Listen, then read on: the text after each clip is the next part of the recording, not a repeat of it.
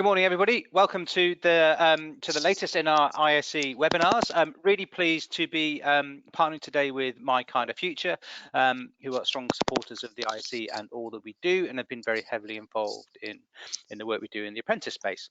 And also pleased to introduce Simon REICHWALD, who's MyKindaFuture's strategic lead for emerging talent. Simon has been sits on the ISE board as an honorary vice president, and as I said, has been very active in helping us expand our work in this apprentice space. So those of you that have taken part in an ISE webinar beforehand will know the drill. Those that haven't, the way that we generally work is we do the questions actually through the webinar tool. So if you actually look at the tool, you'll see there is a box for questions. So if you have questions as we go through, please put your questions onto there. I'll monitor those questions, and what we normally do is we save those questions till the end and we address them all at once, but if anything comes up that's particularly pertinent, I'll chip in.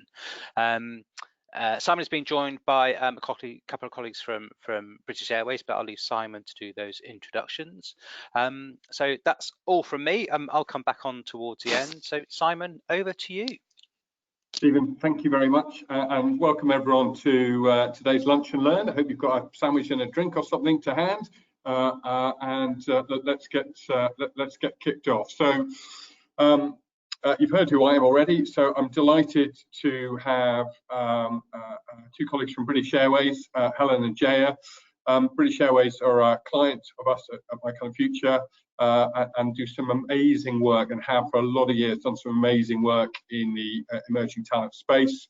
I'm sure, which you'll hear more about from Helen and from Jaya.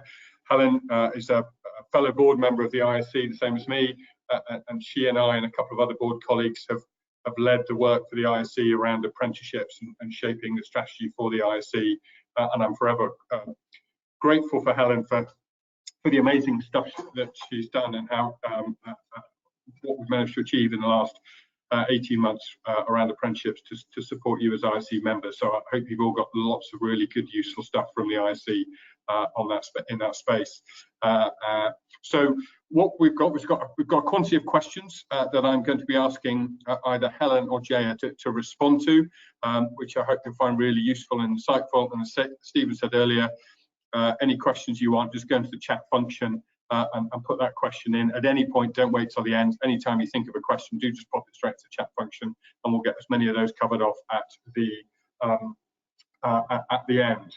So just as a start point, I just thought I'd talk a little bit about the apprenticeship landscape, and you know, we'll all be aware how much it's changed, driven heavily by the levy, and some of the kind of key takeaways really, and reflecting actually on the ISE apprenticeship conference that Helen and I ran last week with the ISE.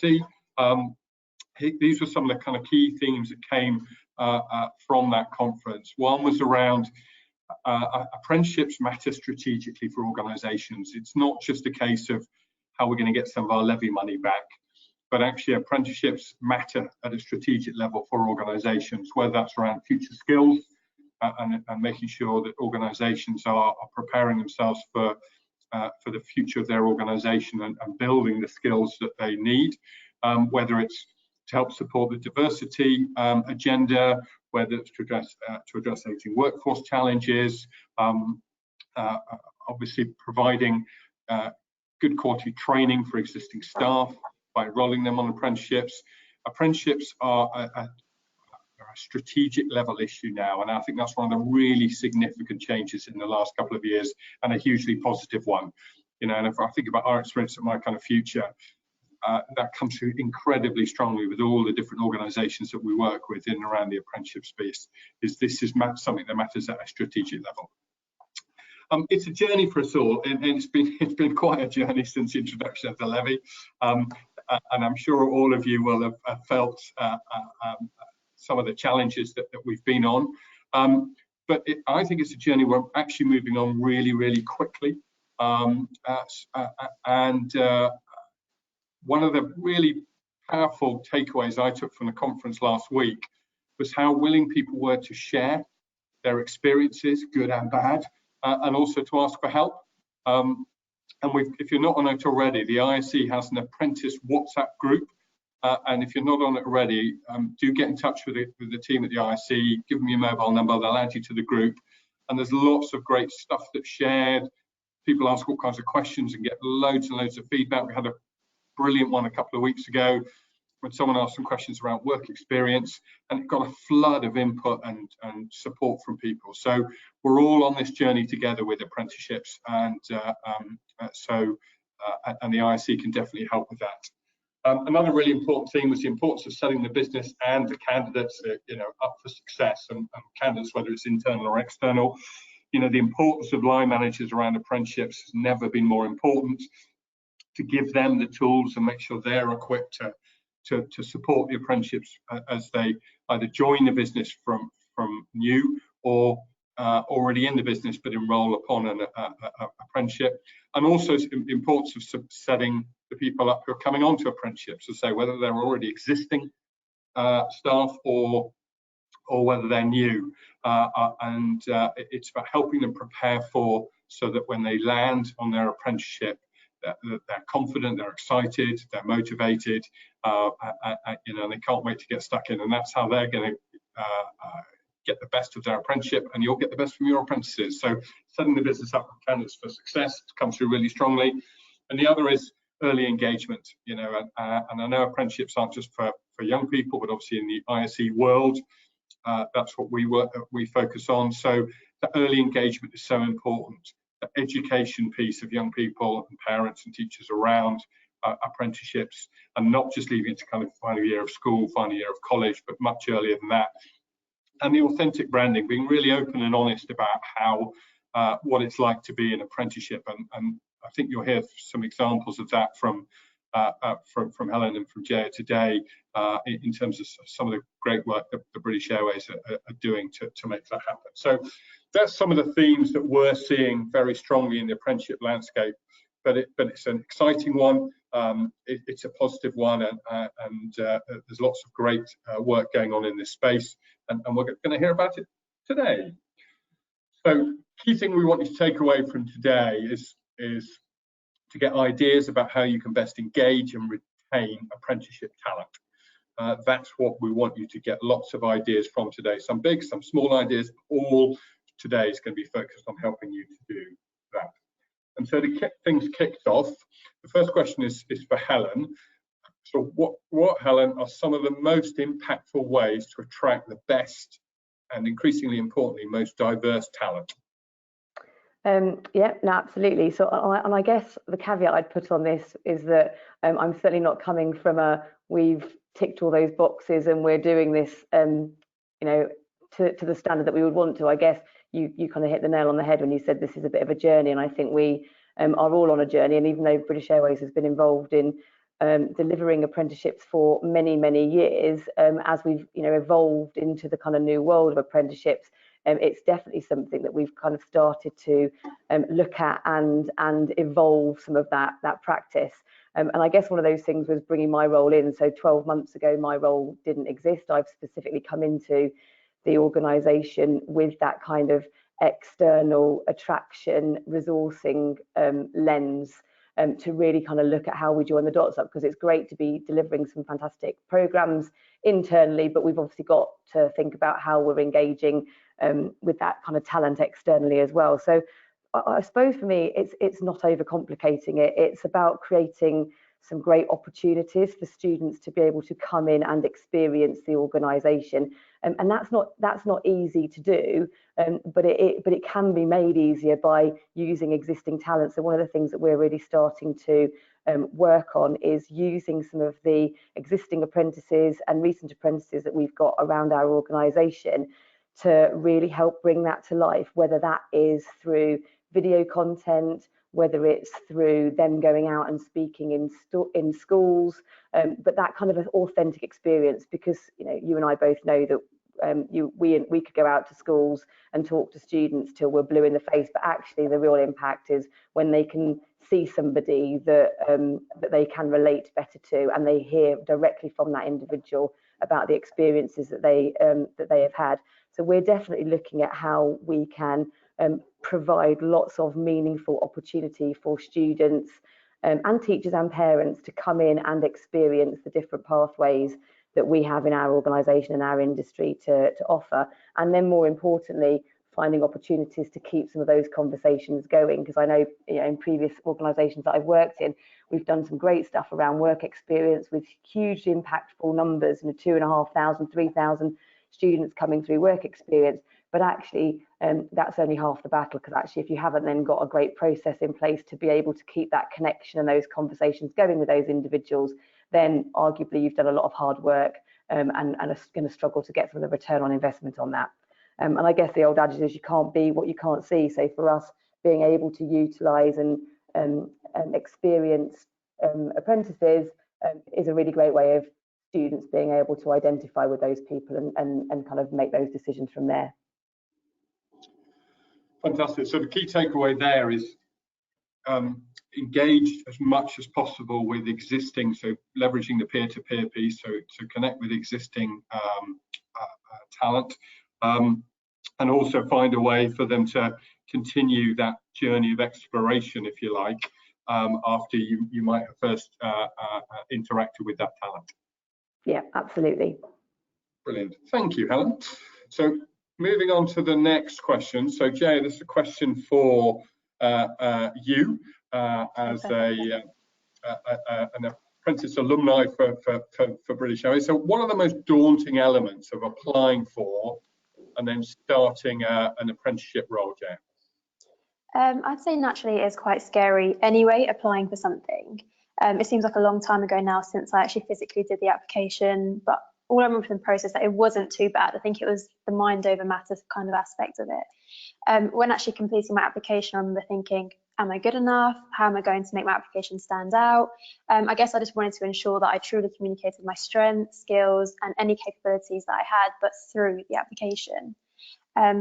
I found it difficult to talk about me, which is always uncomfortable, I guess, from anyone's aspect.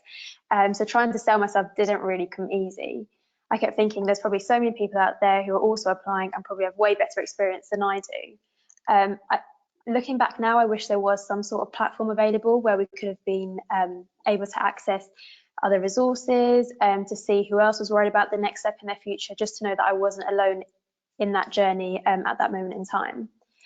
Moving forward, I think I'd encourage future applicants to take advantage of the resources available, just to ensure that they're well prepared and equipped and to grab any opportunity they can whenever they come up at that moment in time. So also to just take some time to plan your questions, take advantage of the resources and support available to you. They are there for a reason. So it's just kind of making the most of what's available and making your application stand out as much as you can and pulling on all of those. I don't know if you have a mentor or anything like that. Those are perfect to have to then help and guide you through the process itself. Fantastic, thank you. And that feels like a kind of daunting journey to apply and obviously get the role. And then ahead of starting, what are the kind of things that are on your mind, big and small, ahead of starting a role? You've been offered the job, you know, you've got a start date coming up, might be some months away or quite soon. What are the kind of things that are on your mind that might be worrying you or that you're thinking about? I guess it's more around, are they going to take me seriously? You're going straight from a learning environment where you're constantly Monday to Friday, 9 to 5, learning with your teachers, and you've got that safety net. But now it's like the big wide world of going into a big organisation with an incredibly good reputation, and just to make sure that you don't want to feel like that you're underskilled. Of course, you're going to be. That's what the learning journey is about. You're then getting all of the knowledge that you need along the way, learning the practices, and then implementing them, which is the perfect part of the apprenticeship because you get to put them into practice and really, really try and drive that. So I think from the offset, I was very nervous, and obviously you don't know what you don't know, so you gather that over time. Fantastic, yeah, absolutely. I think you don't know what you don't know is a real tricky one, isn't it? So yeah, absolutely understand that. Jaya, thank you, that's great. So Helen, back to you. Big question, I guess, here, but what role does early engagement play in apprentice recruitment? This for me is the biggest element. So one of the biggest opportunities that I saw in my new role when I joined British Airways was that we strategically made the decision to bring the school's outreach activity and team into my area and to sit within my team. So in my previous organisation and at British Airways previously, whilst there'd been lots of great activity happening out in schools and out in local communities with young people, it wasn't joined up at all to our emerging talent strategy. So it ticked a great CSR box, and there were some great activities happening, but we just weren't joining the two things up. So for me, the most critical thing that we did when I joined was bring that outreach activity into my team so that we could really ensure that there was a synergy between what are we doing to inspire and engage with students and help equip them with as much knowledge as we possibly can prior to them leaving school, and then how does that directly start to feed into our emerging talent strategy and our emerging talent offer.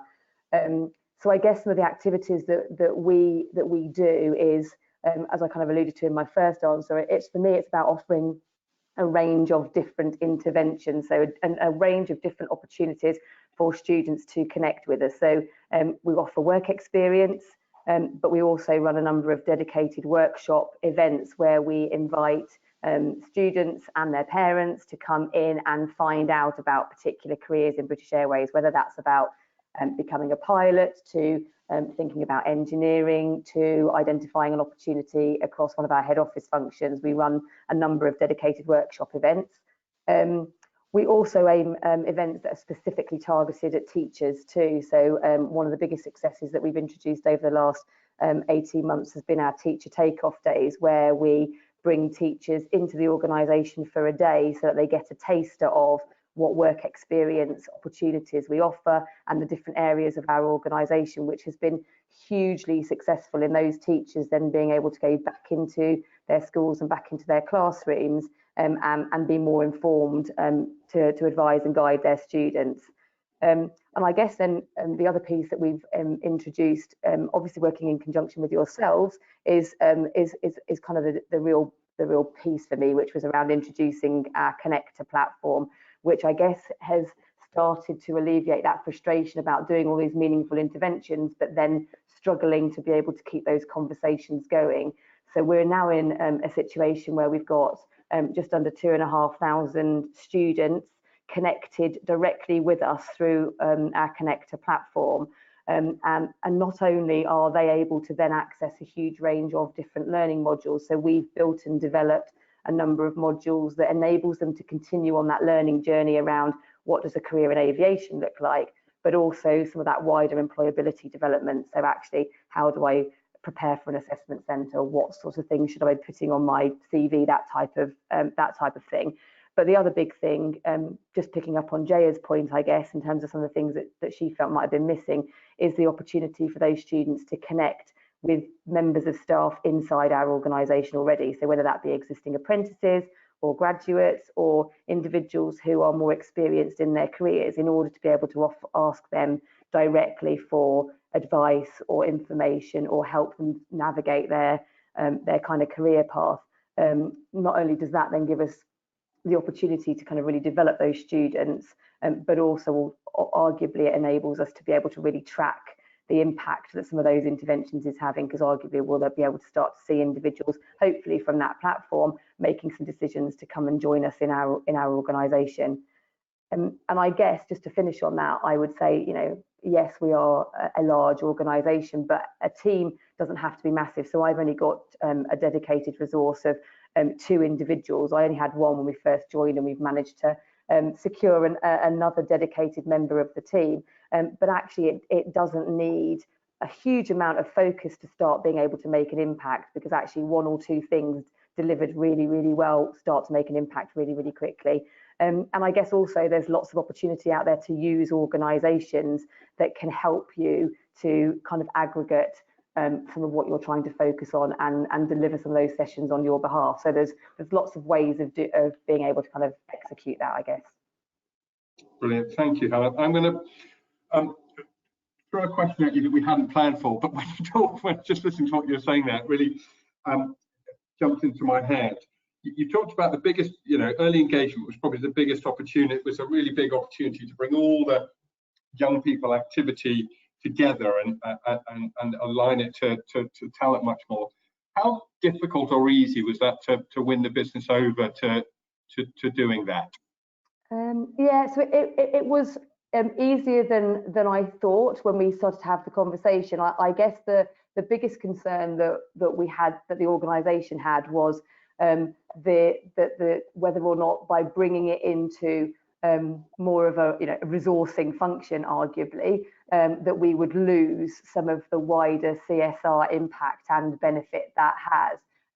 So we've worked really, really hard to keep that connection with our wider CSR team so that we are aligned and joined up on the activities that we're doing. So lots of the activities that Mel and my team will focus on is still joined up to our Flying Start programme, which is our broader kind of CSR programme. And lots of students, and JAYA being one of them, will have experienced that kind of link when they joined us in the organisation. So we definitely have worked hard to keep that connection, because I guess that was the biggest nervousness, was that we would kind of lose that impact. But I think the business case for joining into an emerging talent strategy is so impactful, because actually the minute you can start to properly enable students to make that connection around careers and into the pipeline, then arguably that is a hugely impactful business case. So I guess it's about bringing that to life in the organisation, to helping people join the dots. Amazing, thanks, Helen. Thank you. Let me throw that left field question at you. Thank you. Yeah, so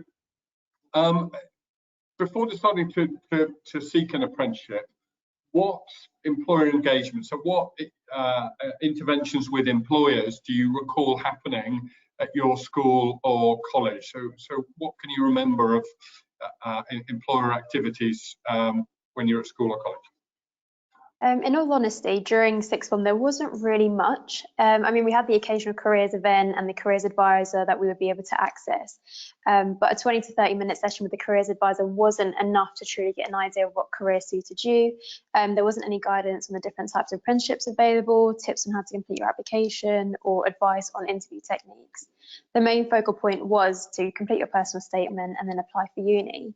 So in retrospect, I would have preferred to have sort of like the big companies attending the school, and even I think little things like getting teachers to make the option of apprenticeship not seem as a backup option, or in like an if all fails option. The stereotype that apprenticeships seem to have had in the past seem to still exist whilst I was at school.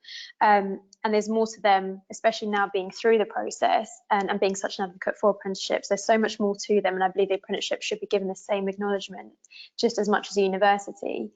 The encouragement itself from the apprenticeship aspect actually came from home. So I also applied for university during this time, but I didn't personally feel ready to go. I wanted to continue learning, but still be in an environment where I was working and gaining those skills whilst on the job. So when reading through the project management apprenticeship application, it suited the skills that I had, and it had the skills that I wanted to gain and develop on whilst continuing that learning journey. So it also suits the type of person that I am. I mean, I love planning and managing things, whether it's a holiday or a birthday party, just anything.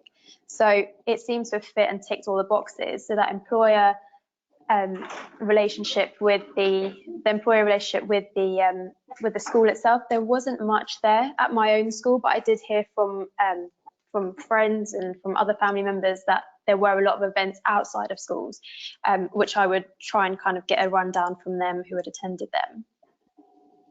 Fantastic, thank you. And I don't know whether you have any sense of this, Jess. It may not be a fair question to ask, and I think a lot of us on this WebEx will what you've said about, you know, the way apprenticeships have been viewed in the past and so on is, as I say, will definitely resonate. Do you have any sense of if that's changed or changing with young people in schools and colleges now? And you may not, but I just wondered if you do have any sense of that. I think it may be, and I hope that it will be. I have a younger brother, so he sort of comes back from school and he'll tell me like what companies have gone to his school, or what teachers are saying about after your GCSEs, what to look forward to for your A levels. And I feel like the word apprenticeship is popping up a lot more. And I'm not sure if that's because I live with him and he hears me talking about how my apprenticeship scheme went, or if it's just a general shift in the culture of schools at the moment. So I'm hoping that it is something that's spoken about a bit more, but from the perspective of him being in year 10, that word seems to be about around apprenticeships, and that it is a good route to go down as well. Fantastic. So it feels like it definitely needed to change, and it sounds like it is changing, but probably a fair bit of work still to be done. Jaya, thank you. That was great. So Helen, back to you. How do you maintain candidate engagement post offer acceptance? So once you've made an offer to your apprentices, in lots of companies, there's often quite a big gap in time between when the offer happens and when they start. What do you do to maintain that engagement ahead of them arriving with you on day one? So if hands up, I think we've got some more work to do in this area, because as you say, we know that we've got this massive great window of opportunity, because arguably there is normally a lag of a few months between us offering the individual and then starting in the organisation. And particularly from our perspective, there's lots of touch points because we're obviously regulated by the Civil Aviation Authority. We have some quite stringent referencing processes and compliance processes that the student needs to go through. So we almost arguably can feel like quite a laborious process for a student to go through. So there's massive opportunity for us to create some light moments and some high engagement moments as part of that. So we do a lot of similar things to many organisations, insofar as we bring students together during that time between offer and starting. So they all come and spend an engagement day with us, which enables them to start to build those early connections and those engagements, but also enables us to start thinking of helping them to think about how they might manage that transition between, I think Jaya alluded to it earlier, that transition between world of education and academia into the world of work. So what can we do to set them up for success from day one within that engagement session? But some of the other stuff that we're actually starting to work towards and look at is how can we put in more regular contact points between offer and start date. So yes, we have an onboarding site, and that onboarding site provides loads of great information, but actually we probably need to do more to tailor it to the student market, as opposed to it being a more generic onboarding site. And also opportunities, I guess, for students to start to engage with each other. So arguably the Connector platform gives us an opportunity to do that, insofar as there's loads of great tools and resources available on that, and also a great opportunity for students to be able to speak to individuals within the organisation. But I think we definitely have a responsibility to provide kind of more formal interventions during that period of time, which is about building their excitement as much as anything, helping them alleviate any concerns that they have, but building excitement. So we've definitely got some work to do still around that, but opportunities to bringing them together, helping them start that network, and giving them tools to help to make that transition between world of education and world of work. Amazing, Helen, thank you very much. That's great. So ahead of starting your role, what were some of the questions, thoughts and worries that you had? We've touched on this a little bit, but ahead of starting the role, anything kind of that you recall were the kinds of things that you really wanted to know? Yeah, so this is really testing me, so going back 2.5 years now, so kind of drawing on all those experiences. Of course, coming out straight out of sixth form, I was nervous coming into work. Obviously you dress a lot differently, the way that you perceive yourself needs to come across a lot differently, and just maintain that professional atmosphere. I kind of wanted to come in, and my initial thoughts were, is this the right choice? Will colleagues take me seriously when doing project work? Will I be given opportunities that are actually stated within my application? Will I be secure in this position once I finish the scheme? So all of those were going through my head, but also the excitement of coming into something new, working for such a great brand itself as well. But the nature of the opportunity was what motivated me to do my best and kind of helped me combat those worries that I had initially. I've met some amazing people, and my mentor's been brilliant. She was on the same scheme as me as well, and kind of helped me manage those worries that I had, and kind of make them into more positives and learn from them. And now looking back, I kind of think, why was I so worried on my first day? It's not scary looking back, but of course that initial first day is completely brand new. And like anything else, there were challenges along the way, but as an individual, you need to take that accountability, especially for your own future. It's kind of what you make it. There's no right or wrong, there's just different routes. And going back to the university/apprenticeship decision-making part of it, the apprenticeship for me had that learning capability, gaining experience on the job capability, and I've met some really, really, really amazing people to draw experiences from as well. And I've gained such invaluable experiences that I can take on now to the next step that I've headed in my career and moving forward. Fantastic. Yeah, I think there's a couple of really great things there. One, it's always really great to hear, anyone who talks about, taking ownership for their development and what happens, and learning that's something that you must do and is good to do. I think that's really great. Always good to be reminded how exciting it is ahead of coming into a new role. And also, and you talked a bit about, will it be what I think it will be? Some years ago, the ISE, or AGR as was, we ran a conference all around delivering on the promise. And I'm sure that's a really great way of summing up a lot of the thoughts that are going through the minds of young people before they start on their apprenticeship. Is, will it be what I think it's going to be, and what I've told it's going to be? And I think making sure that we deliver on that really when you said that, Jay, really resonated with us as to how important it is as organisations that we get that bit right. So thank you. That was really great. So Helen, coming towards the end, how do you market yourself as an employer of choice?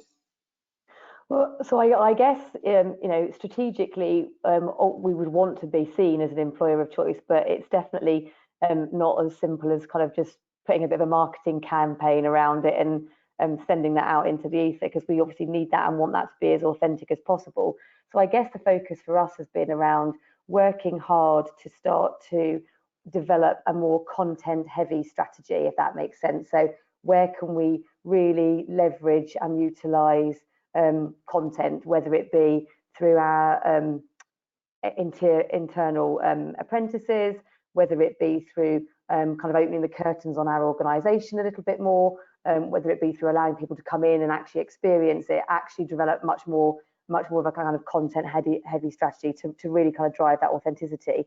I guess the big kind of win for us has been around our internal ambassadors sharing their experiences and their journeys in a kind of really natural way. So we have worked really hard to keep a connection between students that have come and done work experience with us. And we've now got a pool of over 150 of them, some of whom are now at university, some of which have gone on to be apprentices, some of those are still at school, who act as our student ambassadors. And we've put them through a kind of 3-day training program, and they work with us to go out into their local communities to share their experiences and their journey. But really, really interestingly, we've seen a real uplift in engagement when it's been our student ambassadors who have specifically shared information or personal insight across their own social media channels, rather than it being a post coming out from British Airways. So really utilising and leveraging the power that those internal ambassadors has had for us is I guess one of the key areas of focus, which ultimately I think then starts to enable you to be seen as that employer of choice.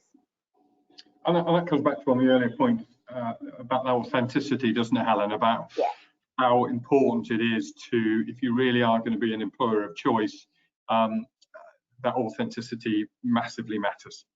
Absolutely. People need to be able to look at, your external marketing campaign, and it needs to be believable. And I think we can all put a great spin on something from a kind of attraction campaign perspective, but definitely where we start to see the kind of real direct engagement and leverage has been where those internal ambassadors have been naturally sharing and organically sharing those experiences and those insights. And I think it's being brave enough to allow them to do that.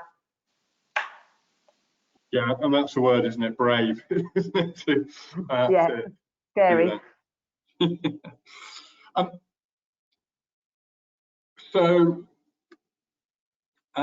moving on. So Jaya, what makes you want to apply to an employer over and above the role itself. So what is it about the employer? What are the kinds of things you look for from an employer over and above, obviously, the role that you're going to be wanting to pursue? So this question made me think a lot about just generally what I'd want to see an employer, and it was around the whole having a strong brand image, a good reputation, making sure that it's a competitive brand that stays with how the times are changing and adapts to all of those market changes, and also provides opportunity for growth and development and supports you through your journey, through your career. I've met people who have sustained in a role for 20 plus years, and also met people who move around every year or so. So they're constantly on that change curve, but then there's people who find themselves very dedicated to their role and kind of feel comfortable where they are and want to exploit what they're good at. So that was something that kind of attracted me to BA in particular. I guess the brand and reputation itself as well for me really stood out, because British Airways has always felt like home since as long as I can remember. My parents and a number of family members have worked for BA at the moment. So over the years, they've always been talking about BA, and it's just something that's always been around me.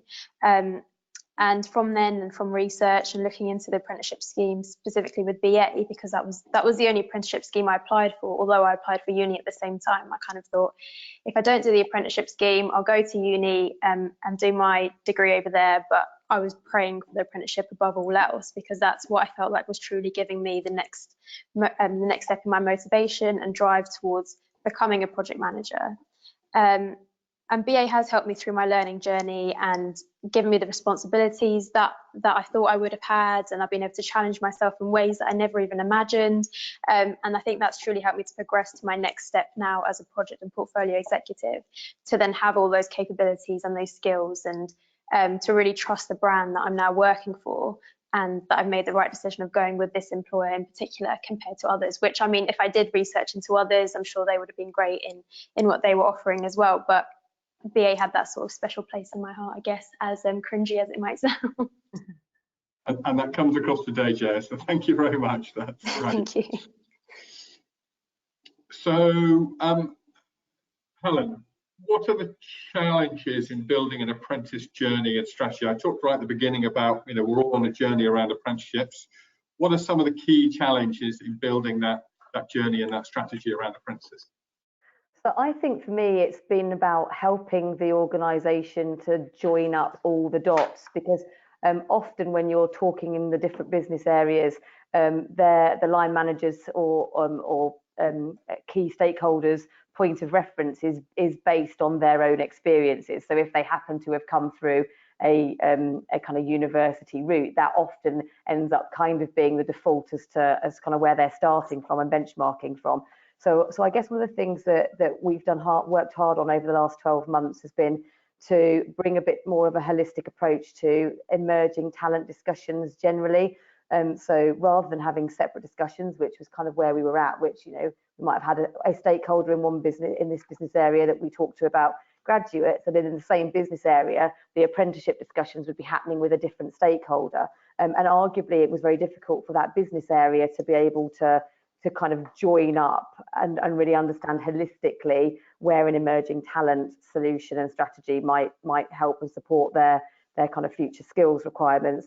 So aligning those discussions and as I said, just aligning those discussions to future skills requirements. So we have worked really hard to work with each of the directors in the business areas to come at it from a point of what are the future skills that we are going to need in our organisation that we don't currently have the capability to develop, or we don't have the significant numbers of those to be able to kind of manage the impact that we know is going to come, and using that then start to build out where a graduate journey might be applicable, but very much introducing where an apprenticeship opportunity might be applicable. And a really great example for me is that our data science guys have historically run a graduate program with huge success, but for the first time this year we'll be going out to market with a level 6 data science program, which I know lots of organisations are already running, but I think it's an illustration of, by having those joined up conversations,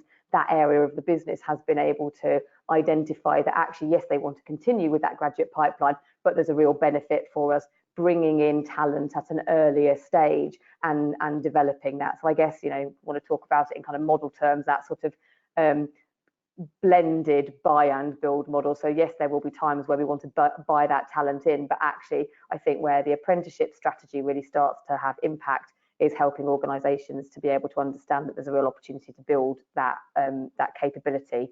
So I guess that's kind of been the focus that we've looked at. Fantastic, Helen, thank you. So lots of really great insights. So Helen, Jay, a really big thank you. Helen, you're always really open and honest about both what you have done so far, but also very open about the fact you've still got more to do. So yeah, I really appreciate the list is very long. Sharing that so openly and honestly. And again, Jaya, just giving us such great insights, both you know, ahead of you starting your apprenticeship journey, and indeed you know, how you've progressed on it, and where your career is now. So lots of really great insights, reminding us all of things that we know, but perhaps is sometimes easy to forget, but also, you know, making sure that we focus on the things that are really important. So thank you. Thank you. Stephen, that's it for the follow-up bit. Do we have any questions that anyone has put onto the chat function for us, for either Helen or Jaya to pick up on? No, not that I can see at the moment. So I will give people a chance to answer some questions, because I actually had one of my own. Actually, there is a slide there, the sorry question, but that was a process one about the slides. We record all the webinars and we make them available online on our website. So we will send a link around to all attendees and to all other members. So if you either missed a bit of this webinar, you want to recap it, or you want to share it with other people in your teams, and then we make that possible. So yeah, I had a question. It was something that that you said, Jaya, that struck me, but this might be a question more for Helen. So Jaya, you talked about actually you were aware of this role because you had family who worked for British Airways.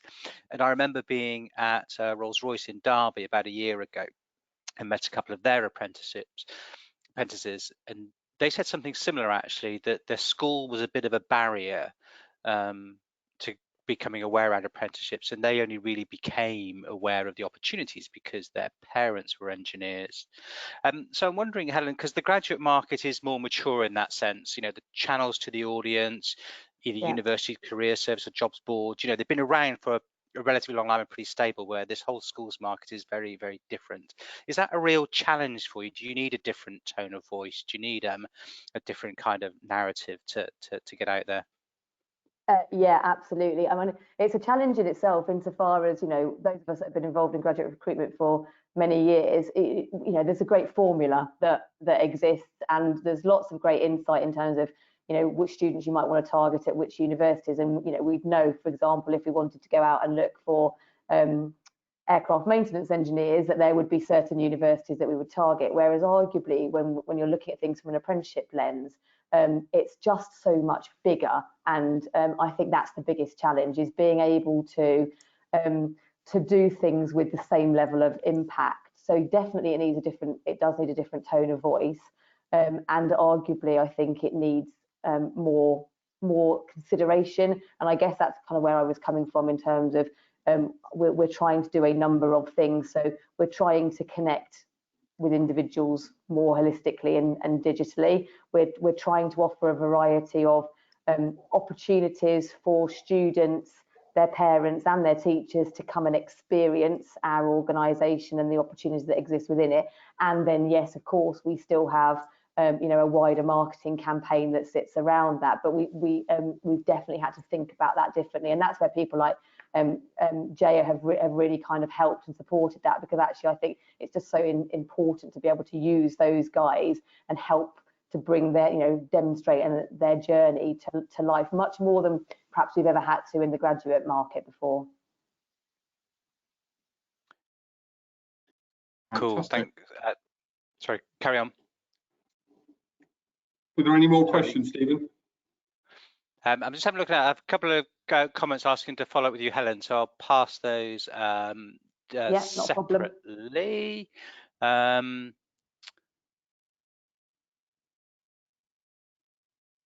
I think you might have answered this or already, Helen, but I will ask you again a question from Tony Ward. And it's asking about a starting point. I mean, this is for a different sector. It's in construction.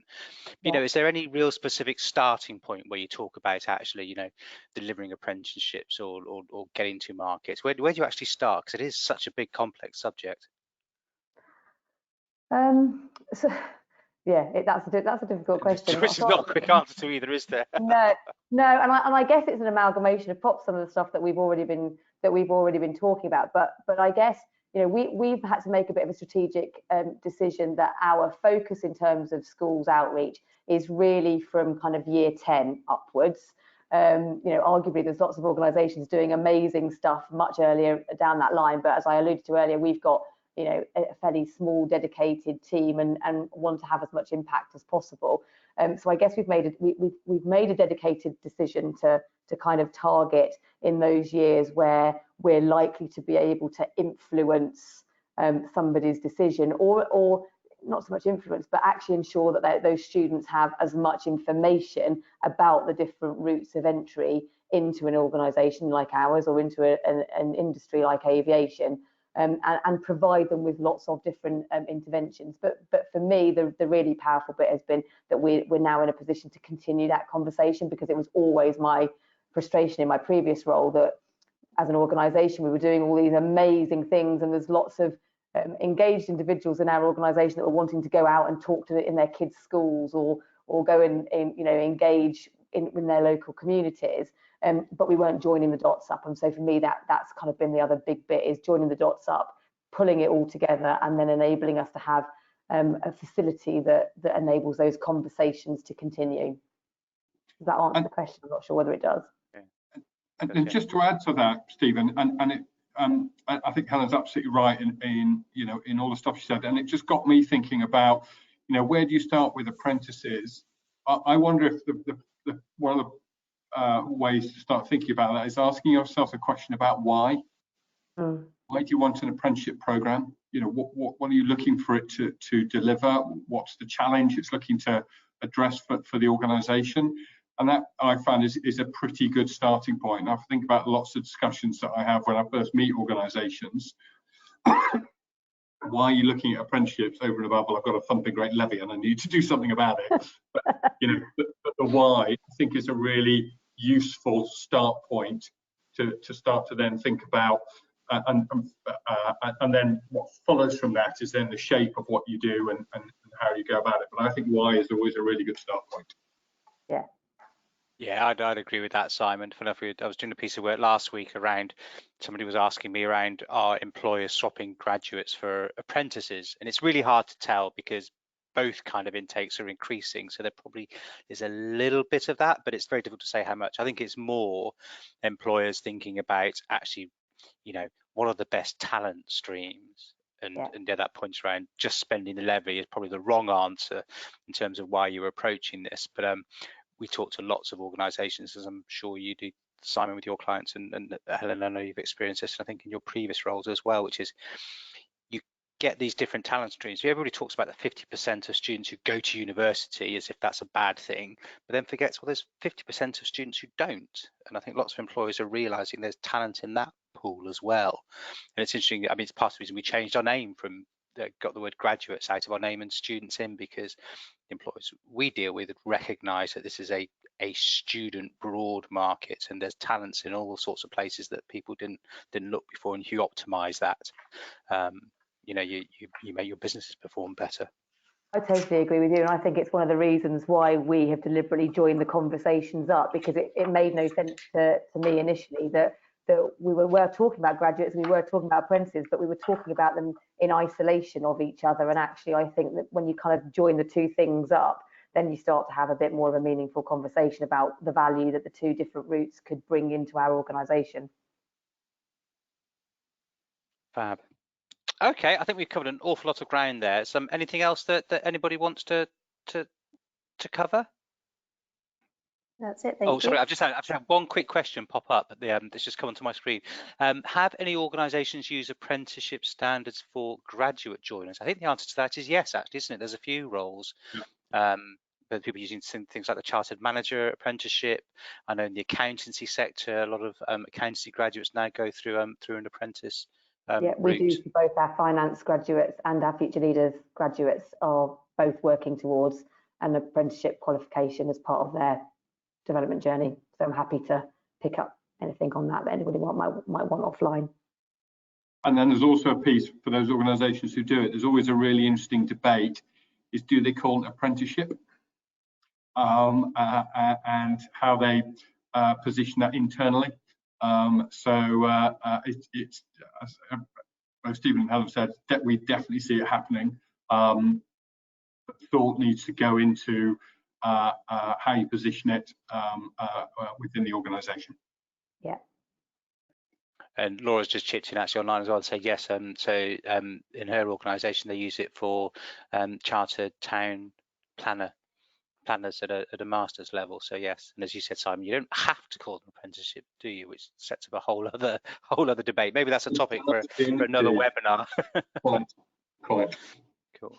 Fantastic. Excellent. Well, that was really interesting. Thank you very much. That was a really interesting session. So thank you, Jaya, Helen, and Simon. As I said, we will we've recorded this webinar, so we'll put it online for you to revisit, and also feel free to share. Please do visit the IC website. We've got lots of apprentice content in there within our knowledge section. So a lot of what we're talking about, we've got a lot more detail in depth there, and please keep looking out for the IC events. We have an apprentice and school leave sector group that meets 2 or 3 times a year. You have just missed the apprentice conference, but I'm sure we'll be doing it again next year. So really do. I know you get lots of emails and things bombarding you, but there's lots of nuggets in there in amongst our stuff, so keep an eye out for it. And we haven't got a date yet for the next webinar, but we'll probably be doing one the next 2 or 3 weeks, so look out for the next subject that's coming along. Oh, one more thing, we're also doing podcasts. We have one podcast that's about to go live from Emma, who's also a member of the steering group, and we've also got another number of podcasts in the pipeline that's specifically going to be talking to apprenticeships as well. So those will be coming down the line soon. Thank you all very much for your time again. Sun shining here in London. Hope you all enjoy the rest of your day. Thank you very much. Thank you.